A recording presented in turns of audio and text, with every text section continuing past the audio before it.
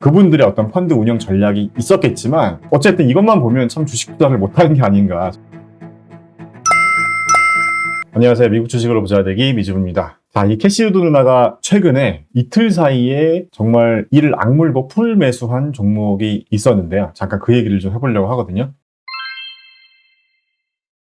자, 지금 보시는 그래프는 아크인베스트의 대표 ETF인 ARKK ETF가 이 파란색 그래프고, 이 오렌지색 그래프가 S&P 500 지수를 추정하는 스파이 ETF거든요. 자, 그런데 ARKK 같은 경우는 코로나 이후부터 한 1년 정도 정말 무섭게, 천장이 어딘지 모를 정도로 무섭게 상승을 했었잖아요. 자, 그래서 이때까지만 해도 캐시우드 누나의 인기도 굉장히 많았었는데, 이 이후부터 이제 줄줄줄줄줄줄 주가가 흘러내리기 시작하더니, 자, 지금 현재는 거의 S&P 500이랑 비슷한 수익률을 보여주고 있습니다. 결국은 S&P 500 스파이 ETF랑 수익률이 비슷해진 거죠. 자, 그래서 보시는 것처럼 2015년부터 지금 현재까지 뭐 거의 한 7년 가까이 되는 기간 동안 결국은 S&P 500 수익률과 비슷해졌습니다. 자, 그러면서 이제 캐시우드가 최근에 또 욕도 많이 먹고 있는데, 저는 개인적으로 ARKK ETF를 올 초쯤에 다 이제 매도를 했었어요. 그 이유가 뭐냐면, 일단 개인적으로 ARKK가 보유하고 있는 이 종목들이 조금 저는 마음에 안 드는 종목이 몇 개 있었거든요. 일단 뭐 이 중에서 영업이익이 적자인 기업은 뭐 테슬라나 뭐 줌비디오나 뭐 로쿠나 블록 정도 빼고는 다 적자 기업일 거야 아마. 그래서 저는 ARKK를 정리하고 올해 들어서 주가가 많이 빠질 때마다 이제 좀 영업이익을 잘 내는 우량주들, 뭐 예를 들면 마이크로소프트나 애플, 구글, 엔비디아 같은 기업을 계속 매수를 해왔었는데, 자, 아무튼 좀 서론이 길었죠. 그래서 이 캐시우드 누나가 뭘 샀냐 하고 봤더니, 이 그래프는 엔비디아의 주가 변화입니다. 지금 이 노란색이 엔비디아의 주가 변화고요. 이 보라색이 캐시우드가 엔비디아를 사고 판 내역을 볼 수 있는 이 그래프거든요. 그래서 한번 볼게요. 자, 그런데 이 보라색 그래프를 보면요, 이 주식을 사고 파는 패턴이 약간 주린이 패턴 같더라고요, 저는. 자, 한번 보시면 지금 캐시우드가 계속 물량을 늘리던 시기가 지금 이 시기였잖아요. 이 시기에 이렇게 물량을 늘렸잖아요. 자, 그런데 지금 엔비디아의 주가는 거의 이제 박스권이었다고 볼 수가 있을 것 같아요. 그래서 물량을 굉장히 많이 늘렸을 때 별로 재미를 못 본 거죠. 자, 그랬는데 여기 보시면 이제 또 다시 매도를 하기 시작합니다. 그래서 두 차례에 걸쳐서 크게 매도를 했죠. 그래서 이제 이때 매도를 할 때는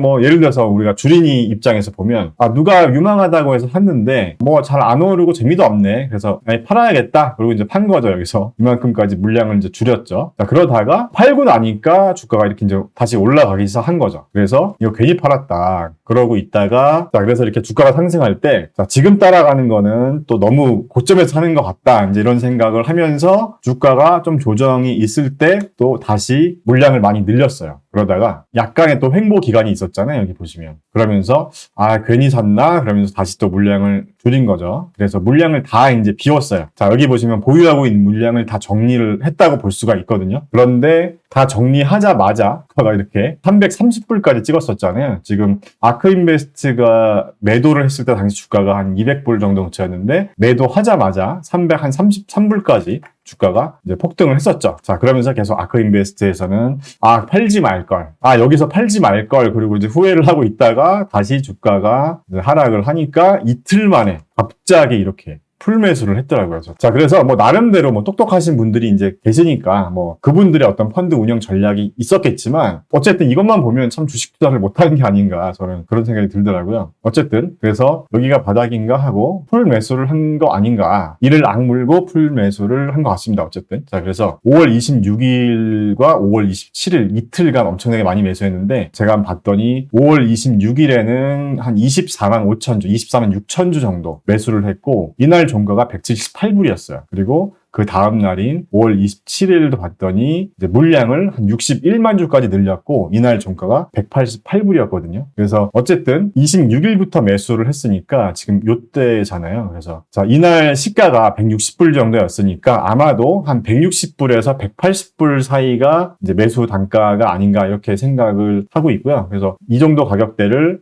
바닥이라고 본 건가, 이렇게 또 생각할 수 있는데, 워낙 또 주식을 사고 파는 스타일이 뭐 좀 이해를 할 수 없어가지고 일단은 아무튼 그런 것 같습니다. 그래서 참고로 엔비디아 같은 경우는 2025년 5월 25일에 실적 발표가 있었잖아요. 그런데 실적 자체는 나쁘지 않았는데 이제 2분기 가이던스가 좀 안 좋게 나왔어요. 그리고 최근에 공급망 문제나 그래픽 카드의 수요가 좀 줄고 있다 이러면서 저 같은 경우도 엔비디아 주식을 좀 많이 들고 있기 때문에 지난 실적 발표일을 좀 조마조마하게 보고 있었는데, 어쨌든 지난 실적 발표 때 이 게이밍 부분의 이제 사업, 게이밍 부분의 매출 감소를 데이터 센터 사업 부분이 좀 많이 만회를 해줄 것이다. 뭐 이렇게 얘기를 했다고 합니다. 어쨌든 엔비디아가 앞으로 주가가 많이 상승을 하려면 이 게이밍 쪽, 그래픽카드 쪽보다는 서버 쪽이라든가 데이터 센터 쪽이라든가 뭐 메타버스, 자율주행 이런 쪽에 좀 두각이 나와줘야 엔비디아의 주가가 또 앞으로 좀 달릴 수 있지 않을까 그렇게 보고 있는데, 왜냐하면 아직까지는 엔비디아가 게이밍 쪽 사업 부분 매출 비중이 좀 높은 편이거든요. 전체 매출이 한 60% 가까이가 게이밍 쪽 사업 부분 매출이라고 볼 수가 있고, 이제 이쪽 데이터 센터 쪽 매출 부분이 전체 매출의 40% 정도가 되기 때문에, 자, 그래서 엔비디아에 투자하시는 분들이라면 이 사업 부분별 매출 비중이 어떻게 달라지는지를 한번 계속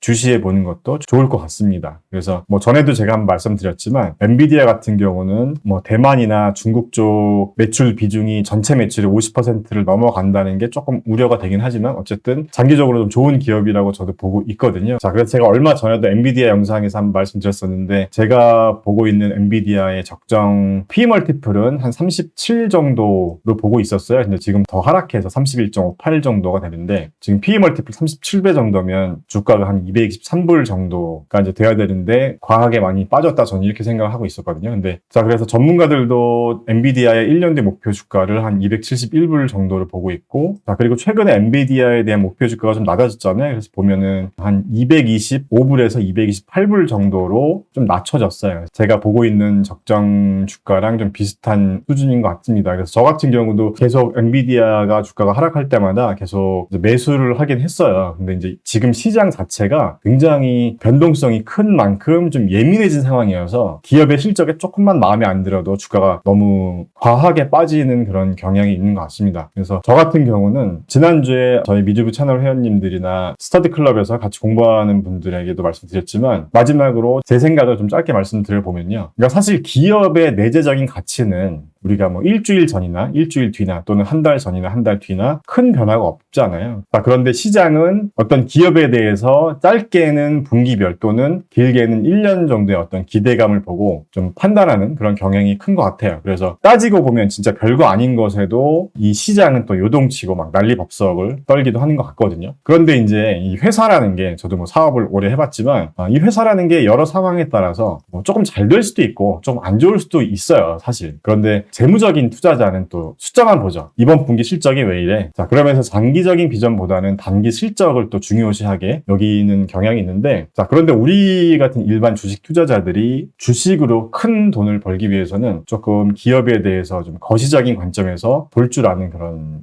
눈도 필요하다고 생각하거든요. 그래서 분기별 실적이 조금 저조하다고 해도 우리가 투자하는 기업의 임직원들이 정말 열심히 하고 있고 또 회사가 나아가고자 하는 그 방향성대로 제대로 가고 있다면 우리가 또 믿고 기다려줄 수도 있겠죠. 자, 그래서 변동성이 굉장히 큰 시장에서 우리 미주부 시청자분들도 마음고생도 굉장히 심하셨을 텐데 어떤 상황에서도 계속 발전하는 우리가 되길 바라겠습니다.